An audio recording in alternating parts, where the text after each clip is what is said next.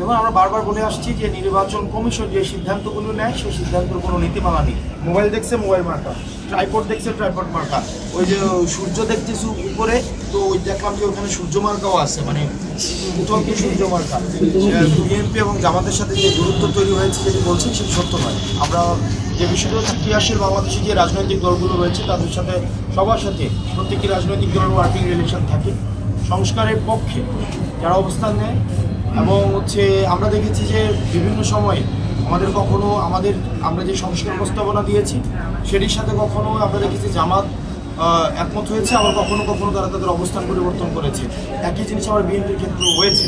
তো সেই জায়গায় যখন জামাত আমাদের সংস্কার প্রস্তাবনাগুলোকে, আমাদের মৌলিক জায়গাগুলোকে এগিয়ে নিয়ে গিয়েছে, তখন মনে হয়েছে জামাতের সাথে আমাদের হয়তো ঋদ্ধতা রয়েছে, আবার একই জিনিস বিএনপির ক্ষেত্রেও হয়েছে। বিষয়টি মোটেও এমন না, বরং সংস্কারের পক্ষে যারা থাকবে তাদের সাথে আমাদের এনসিপির একটা ঋদ্ধতাপূর্ণ সম্পর্ক থাকবে। আর সংস্কারের বিপক্ষে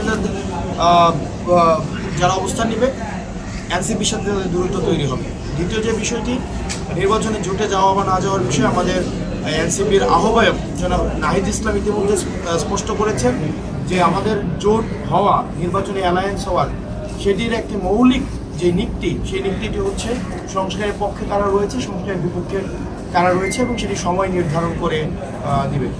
তৃতীয় যে প্রশ্নটি আপনার ছিল সেটি দেখেন, বাংলাদেশে আওয়ামী লীগ একটি dead chapter. Awami League case gone. তো আওয়ামী লীগকে আসলে এখন আর প্রাসঙ্গিক নেই।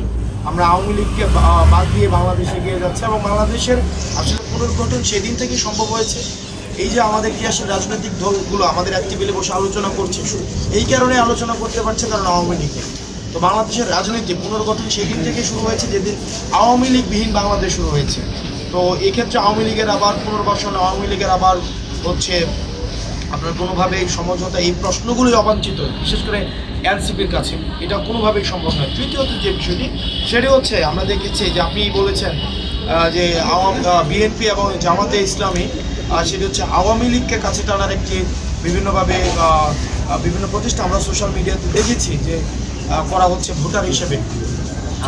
সেই বিষয়টি আসলে দুঃখজনক যে সেই বিষয়টি আসলে তাহলে বিগত সময়ে যে আন্দোলনগুলো, যেই বিএনপির ত্যাগী নেতারা মাঠে ময়দানে যারা জীবন দিয়েছে, রক্ত দিয়েছে, ঘাম দিয়েছে, শ্রম দিয়েছে, যারা পালিয়ে থেকেছে, ঠিক একইভাবে জামাতে ইসলামের আমাদের ফেসিবাদের সময় যেসব ভাই বন্ধুরা আমাদের গুম হয়েছে, আমাদের রক্ত দিয়েছে, রাস্তাঘাটে জীবন দিয়েছে, এই স্বৈরাচারকে তাড়াতে তাদের রক্তের উপরে দাঁড়িয়ে আবার সমঝোতা করা হচ্ছে। যে বিষয়টি আমরা সবসময় বলে আসছিলাম যে আন্ডারগ্রাউন্ড ব্যাকডোর কী করছে, আপনার ব্যাকডোর সমঝোতা করছে, এই বিষয়টি আসলে দিন দিন স্পষ্ট হচ্ছে। এবং আসলে তাদেরকে জনগণ ভোট দিবে কিনা, তাদের এই ধরনের এই ব্যাকডোর সমঝোতার কারণে এটি আসলে ভোটাররাই নির্ধারণ করবে। আমার কাছে মনে হয় না যে এটি খুব বেশি ফলপ্রসূ। ভাই একটু জানতে চাই যে শাপলাকলি শিডিউলভুক্ত করা হয়েছে, আপনারা তো শাপলা চেয়েছিলেন এনসিপির পক্ষ থেকে, তো এ ব্যাপারে আসলে আপনারা কি বলবেন? আসলে আপনারা খুশি কিনা, বা শাপলাকলিটা আসলে শিডিউলভুক্ত করা ঠিক হয়েছে কিনা, বা আপনাদের মার্কা শাপলাকলি থাকবে কিনা, এই বিষয়ে যদি একটু আমাদের ক্লিয়ার করেন। দেখুন, আমরা বারবার বলে আসছি যে নির্বাচন কমিশন যে সিদ্ধান্তগুলো নেয় সেই সিদ্ধান্তের কোনো নীতিমালা নেই। মানে সকালে ঘুম থেকে উঠে মনে হয় যে এটা দিবে যে মাইক মার্কা, মাইক দেখছে মাইক দিয়ে দিচ্ছে, মোবাইল দেখছে মোবাইল মার্কা, ট্রাইপড দেখছে ট্রাইপড মার্কা, ওই যে সূর্য দেখতেছি উপরে, তো ওই দেখলাম যে ওখানে সূর্য মার্কাও আছে, মানে কোথাও কি সূর্য মার্কা। তো এখানে দেখবেন কিছুদিন পরে যা মনে হয় যেটা দেখে, এখন কোন নীতিমালার মধ্যে দিয়ে শাপলা অন্তর্ভুক্ত করা হয় নাই তারা কিন্তু স্পষ্ট করে নাই।